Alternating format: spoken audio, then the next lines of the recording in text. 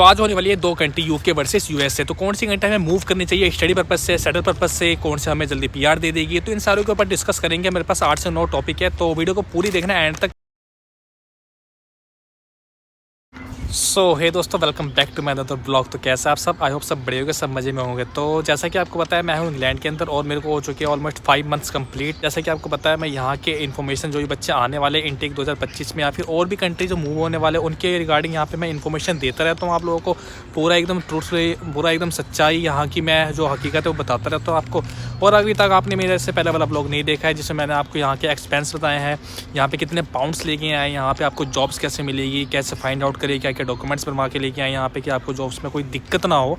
तो उसके रिगार्डिंग मैंने साहब आपको वीडियो मैंने बना रखी है ऑलरेडी, नीचे मैं डिस्क्रिप्शन में लिंक डाल दूँगा। बाकी आप मेरे चैनल पे जाके विजिट कर सकते हैं। और अगर मेरी वीडियो आपको अच्छी लग रही हो, यार जितने भी लोग मेरे देखते हैं ना वीडियो को, तो यार वो सब्सक्राइब नहीं करते। देखता हूँ मैं काफ़ी रेशियो मेरे मतलब व्यूज़ का काफ़ी हाई होता है, लेकिन सब्सक्राइबर का काफ़ी कम होता है। तो यार प्लीज़ सब्सक्राइब करो। जो भी जिनको भी नीड होती है इस वीडियो की इन्फॉर्मेशन चाहिए होती है इंडिया बैठ के, यार उनको शेयर कर दो प्लीज़ ना। यार जो हमारा आज का वीडियो का टॉपिक होने वाला है वो होने वाला है यार इंडिया में बैठ के हम लोग पहले तो यार यही डिसीजन लेते हैं कि हमें कौन से कंट्री मूव होनी चाहिए। हमें यूएसए जाना चाहिए, हमें कनाडा जाना चाहिए, हमें यूके आना चाहिए।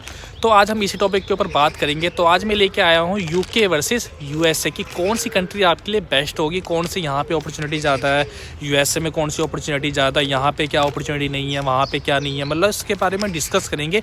मेरे पास ऑलमोस्ट 8 से 9 टॉपिक है। और अगर आपको इनमें से कोई भी डिटेल में कोई भी टॉपिक चाहिए होगा वो नीचे कमेंट में बताना, मैं आपको बताऊँगा। तो यार इंडिया में बैठ के ना पहले तो हम ये सोचते हैं वहाँ पे मतलब एब्रॉड जाके स्टडी करनी है, वहाँ पे सेटल कैसे होना और कौन सी कंट्री हमारे लिए बेस्ट होगी। तो यार आज का हमारा पूरा टॉपिक यही होने वाला है। यार मैं हूँ अभी पार्क के अंदर, तो काफ़ी ब्यूटीफुल पार्क है, देख सकते हैं काफ़ी ब्यूटीफुल पार्क है। यहाँ पे घर वगैरह सारे कुछ हैं, तो यहीं मैं वीडियो शूट कर रहा हूँ अपनी। तो पहला टॉपिक हम लेते हैं जॉब का। जो कि हम इंडिया में बैठे हो या फिर कोई सी भी कंट्री में बैठे हो, सबसे पहला दिमाग में हमारा यही उठता है कि यार कौन सी कंट्री में जॉब अपॉर्चुनिटी हमारी काफ़ी ज़्यादा होंगी, कहाँ पे हमारे पैसे ज़्यादा बनेंगे। तो पहला टॉपिक हमारा होगा जॉब अपॉर्चुनिटी कहाँ पे है। तो भाई पहले हम बात कर लेते हैं यूएसए की। तो यूएसए की पता ही कि आपको काफ़ी बड़ा यार डेस्टिनेशन है, मतलब काफ़ी वर्ल्ड से लोग वहाँ पे आते हैं। तो वहाँ पे जो जॉब अपॉर्चुनिटी है ना काफ़ी हाई लेवल है। वहाँ पे आपको मतलब इतना स्ट्रगल नहीं करना पड़ता जॉब के लिए, और आपकी कोई सी फील्ड हो वहाँ पे, तो वहाँ पे आपको जॉब ईजिली मिल जाती है। रैदर देन इस यूके की कंट्री की बात करूँ, अगर मैं यूके कंट्री में आपको मतलब अपनी फील्ड में अगर आप जॉब फाइंड आउट करेंगे ना, तो बहुत ही रेयर केस है कि आपको मिल जाए। तो यहाँ पे मतलब जॉब अपॉर्चुनिटी काफ़ी, मतलब इतना तो नहीं कह सकता कि आपको बिल्कुल ही नहीं मिलेगी, लेकिन हाँ अगर आप फाइंड आउट करेंगे तो मतलब ये है कि 60 से 70% यहाँ भी जॉब अपॉर्चुनिटी है, लेकिन उतनी नहीं है जितने यूएसए के अंदर है। मतलब यहाँ पे आपको काफ़ी स्ट्रगल करना पड़ेगा जॉब ढूंढने के लिए, जैसा कि आजकल चल ही रहा है माहौल, आपको पता ही है।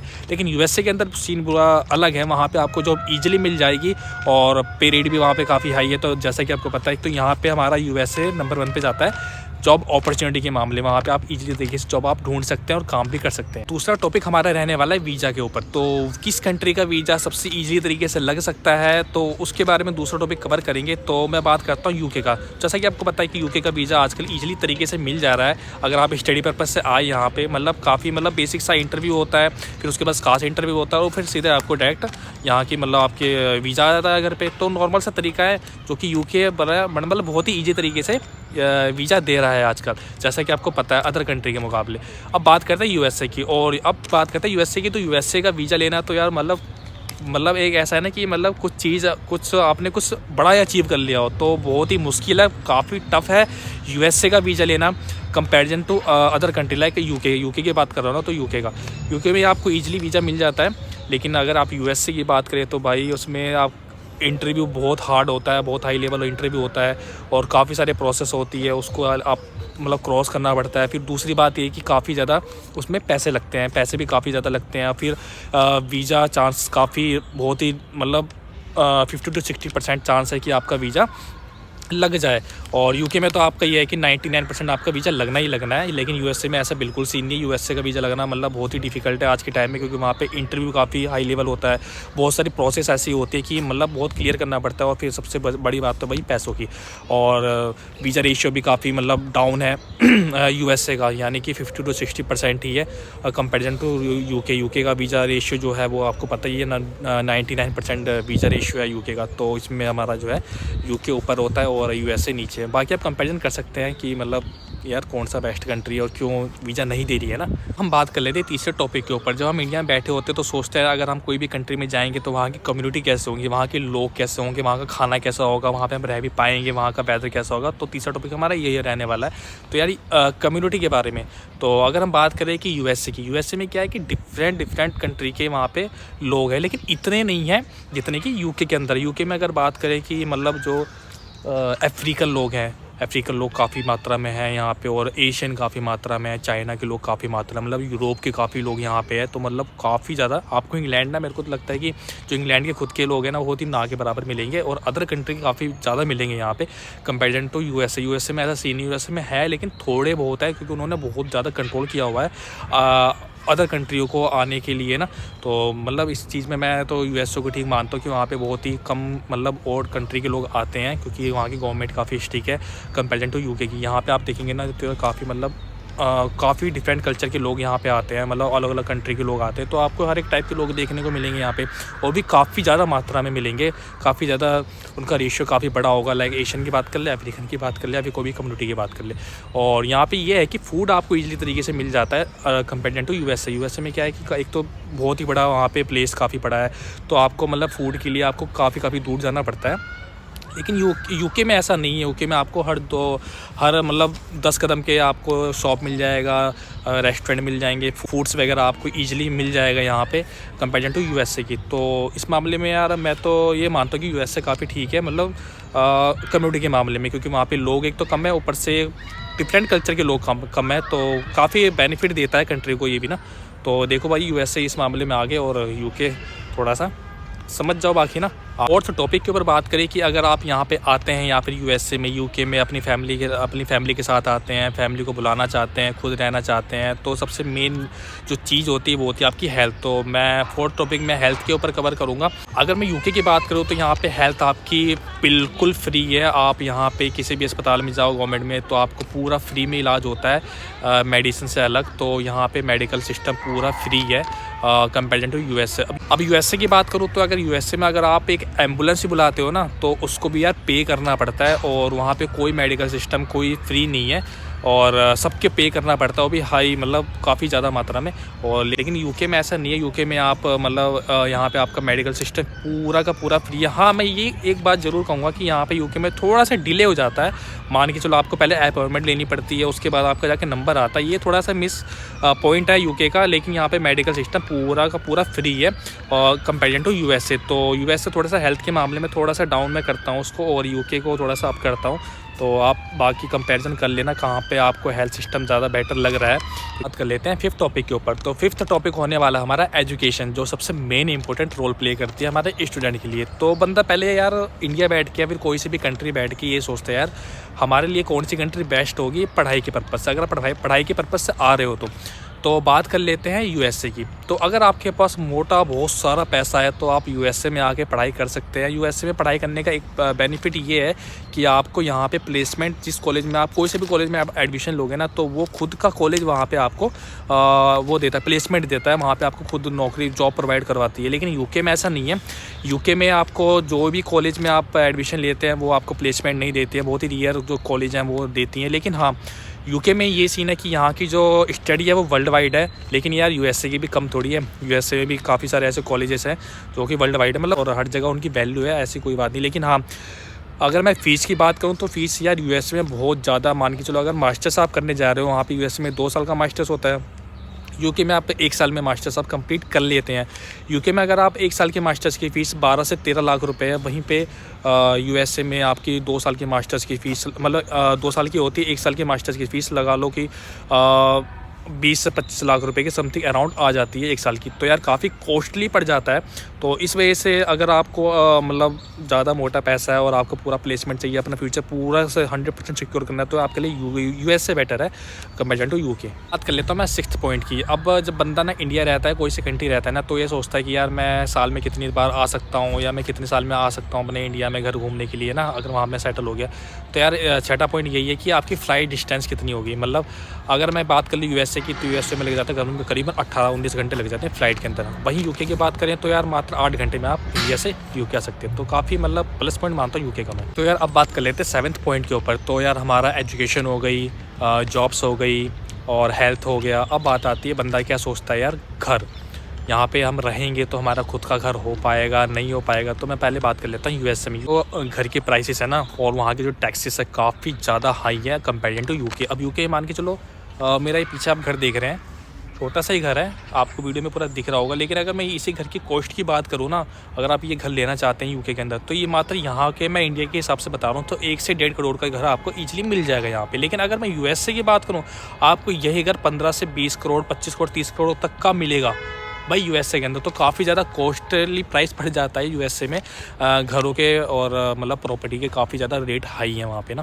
तो अब आता है मेन पॉइंट। तो सबसे तो पहला बंदे का दिमाग में यह उठता है कि यार पीआर, बंदा बाहर क्यों आता है कि यार किस कंट्री में सबसे ईजिली तरीके से पीआर हमें मिल जाएगी। तो बात करता हूँ 8वें पॉइंट की, पीआर की। तो भाई अगर मैं बात करूँ यूएसए की, पहले हम यूएसए की बात कर लेते हैं, यूएसए में पीआर कैसे मिलता है। तो हम पहले बात करते हैं यूएसए में क्या होता है कि ग्रीन कार्ड चलता है। आपको यहाँ पे ग्रीन कार्ड मिलता है। ग्रीन कार्ड की जो ड्यूरेशन होती है वो 10 ईयर होती है। 10 ईयर में आप ग्रीन कार्ड की वैलिडिटी होती है। उसके बीच में आप कहीं भी कंट्री में मूव कर सकते हैं, इंडिया जा सकते हैं, इंडिया से आ सकते हैं, यहाँ पे किसी और कंट्री में जा सकते हैं, कोई मतलब बाउंडेशन नहीं है। मतलब कि एक तरीके से आपका वो सेकंड पीआर ही है ग्रीन कार्ड, अगर आपको अमेरिका में या फिर यूएसए में मिल जाए तो। अब यार ये ग्रीन कार्ड बनता मतलब कैसे मिलेगा आपको, कितना आपको टाइम देना पड़ेगा, क्या ड्यूरेशन होगी, क्या लिमिटेशन होगी, कैसे बनेगा, वो मैं आपको बताता हूँ क्या क्या उसकी चीज़ें हों। तो यार पहले ही हम बात कर लेते हैं E2 वीज़ा के लिए कि E2 वीज़ा होता है डिग्री होल्डर्स के लिए। तो पहला टॉपिक हमारा यही है कि हम ग्रीन कार्ड कैसे हमें कैसे अप्लाई करें। तो पहला स्टेप है हमारा उसको कैसे अप्लाई करें। तो पहला है हमारा E2 वीज़ा। तो E2 वीज़ा होता है डिग्री होल्डर्स के लिए। तो डिग्री होल्डर्स का बोले तो जैसे कि हम इंडिया में बैठे हैं तो मोस्टली बंदे क्या करते हैं ना, स्टडी वीज़ा पे ही आते हैं। तो स्टडी वीज़ा का सीन कुछ ऐसा है कि अगर आप किसी भी स्टडी का वीज़ा लगवाते हैं यूएसए में तो आपका लगता है 5 साल का वीज़ा। अगर आप मास्टर्स कर रहे हो तब भी, अगर आप बैचलर्स के लिए आ रहे हो तब भी, मान के चलो आपका मास्टर्स 2 साल का है तो आप 3 साल रह गए तो 3 साल में आप फुल टाइम काम कर सकते हो। उसके बाद आपको 5 साल और वहाँ पे आपको देने पड़ते हैं यूएसए के अंदर। वो आप चाहे स्पॉन्सरशिप में ले लो, चाहे आपको कोई हायर कर रहा हो वो कर लो, लेकिन उसके बाद स्टडी के 5 साल बाद आपको 5 साल वहाँ पे स्टे करना पड़ेगा। उसके बाद आप ग्रीन कार्ड के लिए अप्लाई कर सकते हो। तो भाई ये कुछ डिग्री होल्डर्स का कुछ रूल्स रेगुलेशन है कि आपको वहाँ पे करीबन 10 साल वहाँ पे आपको टिकाने पड़ेंगे। उसके बाद आपको ग्रीन कार्ड के लिए आप एलिजिबल हो जाओगे। तो अब मैं दूसरे टॉपिक की ओर बात करूँ कि हमारा दूसरा वे कौन सा है कि यूएसए में और किस तरीके से हम ग्रीन कार्ड हम ले सकते हैं। क्योंकि यार मेन जो टॉपिक हमारा ना ये पीआर का ही है कि यार कौन से कंट्री में सबसे इजीली तरीके से पीआर मिल जाएगा और कैसे कैसे मिलेगा। तो दूसरा टॉपिक हमारा होने वाला है मैरिज बेस। तो मैरिज बेस का मोस्टली लोगों को पता ही होगा कि मैरिज बेस के ऊपर आप वहाँ पे पीआर ले सकते हैं। मान के चलो कि अगर आप एक इंडियन है और यूएसए में आप स्टडी कर रहे हो या फिर वर्क कर रहे हो तो वहाँ के जो सिटीजनशिप होगा, वहाँ का जो पीआर कोई लेडीज होगी या फिर कोई आदमी होगा जो वहाँ का पीआर है, तो वहाँ से उसके साथ शादी करके आप वहाँ पे पीआर इजीली तरीके से ले सकते हो। तो उसमें भी काफ़ी सारे रूल्स रेगुलेशन है, वो आप डिटेल में पढ़ लेना। लेकिन मोटा मोटा यही कि वहाँ पे आपको किसी पीआर बंदे से शादी करनी पड़ेगी, उसके बाद वहाँ पे आपको ग्रीन कार्ड के लिए अप्लाई कर सकते हो। तो दूसरा वे हमारा ये हो जाता है। तीसरा वे हमारा होता है जो हमारे जो अवार्ड्स होते हैं इंडिया में, आपको अवार्ड्स मिले हो, लाइक ऑस्कर अवार्ड्स मिला हो या फिर आप मतलब किसी एक मतलब रियर पर्सनों में गिने जाते हो इंडिया के अंदर, या आपको अवार्ड मिला हो, या फिर आप बहुत ही बड़े मतलब एक क्रिकेट खिलाड़ी हो, आपको अर्जुन पुरस्कार मिला हो, आपको कोई अवार्ड मिला हो, तो ऐसे लोगों को फर्स्ट प्रायोरिटी देती है यूएसए या फिर यूके की बात कर ले तो दोनों ही जगह सेम है। तो ऐसे लोगों को काफ़ी जल्दी हमें ग्रीन कार्ड वो अप्लाई कर सकते हैं, वो डायरेक्ट कर सकते हैं, तो इनको काफ़ी जल्दी चांस मिल जाता है। लेकिन ऐसे बंदे तो बहुत रेयर होते हैं ना। तो एक तो ये हो गया।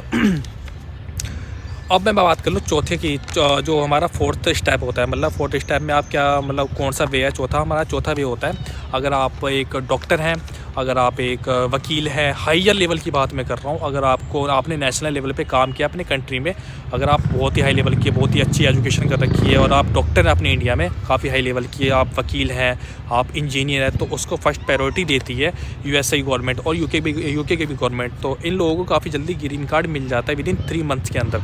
तो ऐसे लोग काफ़ी जल्दी अप्लाई करते हैं और उनको ग्रीन कार्ड मिल जाता है। तो सबसे अपॉर्चुनिटी बंदों की यही होती है, अगर आप डॉक्टर है हाई लेवल के, नेशनल लेवल के डॉक्टर हैं और वकील हैं या फिर आप इंजीनियर हैं, तो आप भाई अप्लाई कर सकते हैं यूएसए में ग्रीन कार्ड के लिए, ईजिली मिल जाएगा। तो ऐसे लोगों को मिल जाता है। अब बात कर लें कि जो हमारा 5वां है वे है आने का पीआर लेने का, वो है असाइलम। तो भाई असाइलम का सीन तो भाई कुछ इस तरीके से है। तो भाई ये 2 नंबर में आ जाता है। कि हमें अपने देश से ख़तरा है, यहाँ पे आके आपको डॉक्यूमेंटेशन दिखानी पड़ती है कि क्या ख़तरा है क्या नहीं। उसकी प्रोसेस बहुत लंबी है। तो मतलब 2 नंबर में बंदे आते हैं कि हमें अपने देश से ख़तरा है, तो हमें अपने आपके कंट्री में पीआर चाहिए यानी कि नागरिकता चाहिए, हमें अपने देश से ख़तरा है। तो वहाँ की जो यूएसए गवर्नमेंट या फिर यूके की गवर्नमेंट आपको कहती है कि कोई कागज़ दिखाओ, मतलब उसके कुछ रूल्स रेगुलेशन है। तो कुछ बंदे ऐसे भी आके यहाँ पे पीआर लेते हैं, असाइलम डाल देते हैं, तो 10-10 15 साल उनको भी लग जाते हैं यहाँ पीआर लेने में। जो बंदे असाइलम से आते हैं यहाँ पे 2 नंबर में आते हैं, ठीक है। लेते हैं कि कौन सा और वे छठा वे होता है हमारा स्किल्ड वीज़ा। अगर आप में कोई टैलेंट है, लाइक आप कोई मिस्त्री हैं, आप मैकेनिक हैं, मतलब जो उस कंट्री में ना हो, यानी कि मैकेनिक बहुत कम मिलेंगे और राजमिस्त्री जिसे कहते हैं, इंजीनियर काफ़ी कम मिलेंगे, मतलब जो घर वर बनाते हैं। तो अगर आप में कोई स्किल है, स्किल्ड वीज़ा पे आप इजीली तरीके से यहाँ पे यूएसए में आ सकते हैं और अपना ग्रीन कार्ड ले सकते हैं 5 साल के बाद। मान के चलो आपने यूएसए की फ़ाइल लगाई स्किल्ड वीज़ा के लिए, तो आप वहाँ पे 5 साल काम करो, 5 साल के बाद आप ना ग्रीन कार्ड के लिए अप्लाई कर दो। तो ये कुछ वे होते हैं यूएसए में आने के लिए। अब मैं करूँ यूके की, तो यूके में पहला जो स्टेप होता है कि यहाँ पर आप कैसे पीआर ले सकते हैं। तो पहला मैं वही बताऊंगा कि डिग्री होल्डर के लिए, तो जैसे कि आप स्टडी वीज़ा लेके यहाँ पे आते हैं, बैचलर या मास्टर्स की बात कर ले, तो मान के चलो आपका मास्टर्स 1 ईयर का, तो आपका 1 ईयर का ही वीज़ा लगेगा, ना कि आपका 5 साल के लिए लगेगा यूएसए के मुकाबले। अगर आपका 3 साल का बैचलर है तो आपका 3 साल का ही वीज़ा लगेगा, ना कि 5 साल का, ठीक है। तो यहाँ पे ये है, मान के चलो अगर हम मास्टर्स की बात कर लेते हैं, अगर हम मास्टर्स की बात कर लेते हैं, मास्टर्स का आप मास्टर्स करने यहाँ पे आ रहे हो, ठीक है। मास्टर्स होती है आपकी 1 साल की, तो आपकी 1 साल की यहाँ पे आपको वीज़ा मिलेगा। उसके बाद आप क्या करोगे, PSW अप्लाई करोगे 1 साल बाद, जो कि यहाँ के मतलब जो भी आप कॉलेज में पढ़ोगे ना, तो वो आपको PSW यानी कि पोस्ट स्टडी वर्क परमिट देगा आपको 2 साल के लिए। 3 साल आपके ये हो गए, तो ये 3 साल आपके काउंट नहीं होंगे आपके पीआर में। उसके बाद आपको 5 साल यहाँ पे टिकाने होंगे, अदर इसके मतलब इन 3 सालों के अलावा आपको 5 साल यहाँ पे टिकाने होंगे, यानी काम करना पड़ेगा किसी कंपनी में या फिर किसी कोई आपको स्पॉन्सर करेगा यहाँ पे, मतलब आपको 5 साल काम करना पड़ेगा। उसके बाद आप ILR के लिए अप्लाई कर सकते हो। जैसे यूएसए में ग्रीन कार्ड होता है, वैसे ILR यहाँ पे होता है। तो आप उन 5 सालों के बाद यहाँ पे ILR अप्लाई कर सकते हो। लेकिन अब काफ़ी स्टिक होता जा रहा है पीआर के मामले में, जो कि बंदे बहुत पहले आ गए हैं ना, तो उनके लिए काफ़ी इजी था पीआर यहाँ पे। लेकिन अब काफ़ी ड्यूरेशन उन्होंने बढ़ा दिया, 5 साल की जगह 7 साल कर दिया। अब मैंने सुनने में आ रहा है कि 10 साल कर देंगे, तो यार काफ़ी टफ हो जाएगा। तो इस मामले में यार मैं यूएसए को काफ़ी प्रायोरिटी देता हूँ कि वहाँ पर थोड़ा सा पीआर ईजी मिल जाता है। बाकी अगर दूसरी बात करें मैरिज की, तो मैरिज भी सेम, यहाँ के पीआर के किसी से बंदे से शादी कर लो तो पीआर मिल जाएगी। तीसरा है कि यार कोई अवार्ड मिला हो आपको, कोई ऑस्कर अवार्ड मिला हो, कोई अर्जुन पुरस्कार मिला हो, तो आपको इजीली पीआर यहाँ मिल जाती है। तीसरे वे की बात करें, 4th वे की, तो अगर आप यहाँ पे टॉप लेवल के साइंटिस्ट है, लॉयर है, वही यूएसए की सेम तरह साइंटिस्ट है, लॉयर है या फिर इंजीनियर है, टॉप लेवल के, नेशनल लेवल के, तो यहाँ पर आप ईजिली आप वर्क पे आओ डायरेक्ट और अपना ILR अप्लाई कर दो। और फिर होता है असाइलम, जैसे कि यहाँ भी लोग आते हैं असाइलम लेके, तो प्रोसेस सीधी यही है इनकी। यहाँ भी इनको 10-10 15 20 साल लग जाते हैं पीआर लेने के लिए। जो बंदे असाइलम लेके आते हैं कि हाँ हमें अपनी कंट्री से खतरा है, तो उस बेस पे भी बंदे आते हैं। और फिर वही लास्ट में वही टॉपिक है स्किल्ड वीज़ा। स्किल्ड वीज़ा यहाँ भी कम है, मतलब जो चीज़ यहाँ पे नहीं आती, मतलब कि चलो राजमिस्त्री नहीं है यहाँ, बहुत रियर मिलते हैं। अगर आपको स्किल आती है तो आप वो वीज़ा लगवा के 5 साल रहो, फिर उसके बाद ILR अप्लाई करो। तो यार ये भी कुछ वे हैं यहाँ पे पीआर लेने के। तो यार मैं बात करता हूँ 9th टॉपिक की, जो कि होने वाली है हम कितना यहाँ पे अर्न कर सकते हैं। एग्जैक्टली मैं अमाउंट नहीं बताऊँगा, लेकिन आप अंदाज़ा कर सकते हो, ठीक है। मैं थोड़ा सा बता देता हूँ।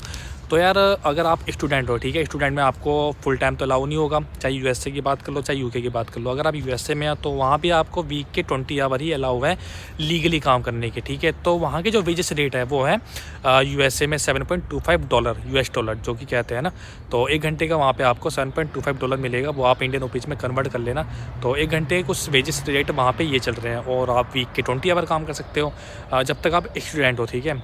और अगर मैं सेम यूके की बात करूँ तो यूके में भी सेम यही सीन है कि अगर आप मतलब वीक के अगर आप स्टूडेंट हो तो आप वीक के 20 आवर काम कर सकते हो। और यहाँ पे जो वेजेस रेट चलते हैं 1 घंटे के, वो चलते हैं 11.44 यानी कि 11.44 पाउंड्स चलते हैं यहाँ पे 1 घंटे के। तो आप कंपेरिजन कर सकते हो।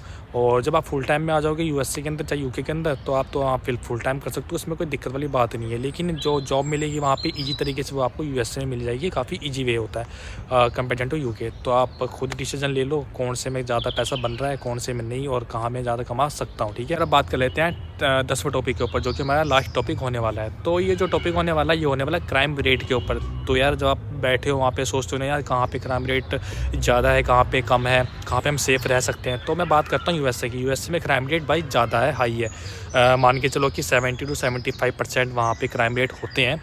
हर आधे घंटे में एक बंदे की मर्डर हो जाता है। अगर हम कंपैरिजन करें यूके का, तो यूके में क्राइम होते हैं लेकिन इतने नहीं होते। लाइक 50 to 55% क्राइम यहाँ भी होते हैं, लेकिन यूएसए के मुकाबले नहीं होती। तो यार यूएसए में क्राइम रेट ज़्यादा है कंपेरिजन टू यूके। तो आप खुद डिसीजन ले सकते हो कि कहाँ पे सेफ हो, कहाँ पे नहीं ना। तो यार ऑलमोस्ट मैंने सारे टॉपिक कवर कर दिए हैं। जो भी बंदा ना स्टूडेंट अपने इंडिया में बैठ के या फिर कोई भी एशियन कंट्री में बैठ के सोचता है कि कौन सी कंट्री मूव करे, तो सारे टॉपिक मैंने कवर कर दिए जो भी मेरे दिमाग में आ रहे थे। बाकी कुछ रह गया हो तो नीचे कमेंट बता देना, तो उसके ऊपर मैं डिस्कस कर दूंगा। अगर मैंने जितने भी टॉपिक बताए ना इसके ऊपर आपको डिटेल में कुछ आपको डाउट हो कि हाँ भाई इसमें डिटेल में बताओ, तो बताना नीचे कमेंट में, मैं उसके ऊपर डिटेल में रिसर्च करके आपको बता दूंगा।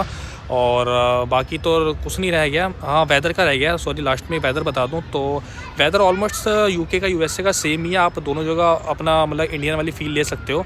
इतना भी ज़्यादा ठंडा नहीं होती और इतनी भी ज़्यादा गर्मी नहीं होती यहाँ पे। मतलब नॉर्मल वे चलता है कंपेयर टू कनाडा में। अगर कनाडा की बात करो तो कनाडा का वेदर काफ़ी ज़्यादा हार्श है। वहाँ पे मतलब 12 के 12 महीने काफ़ी ज़्यादा ठंड पड़ती है।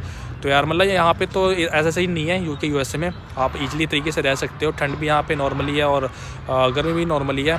तो ये कुछ वे थे, कुछ पॉइंट थे यूएसए और यूके के बारे में। तो यार बताना मैं नेक्स्ट टॉपिक किसके ऊपर कवर करूँ अपने यहाँ के एक्सपीरियंस के अकॉर्डिंग। जो भी बच्चे इंटेक में आने वाले हैं या फिर कोई सोच रहे हैं, कोई अब्रॉड जाने की सोच रहा है, तो बताना नीचे कमेंट में। बाकी वीडियो अच्छी लगी हो तो लाइक कर देना, कमेंट कर देना, सब्सक्राइब कर देना, और जिसको भी ज़रूरत हो शेयर कर देना यार प्लीज़।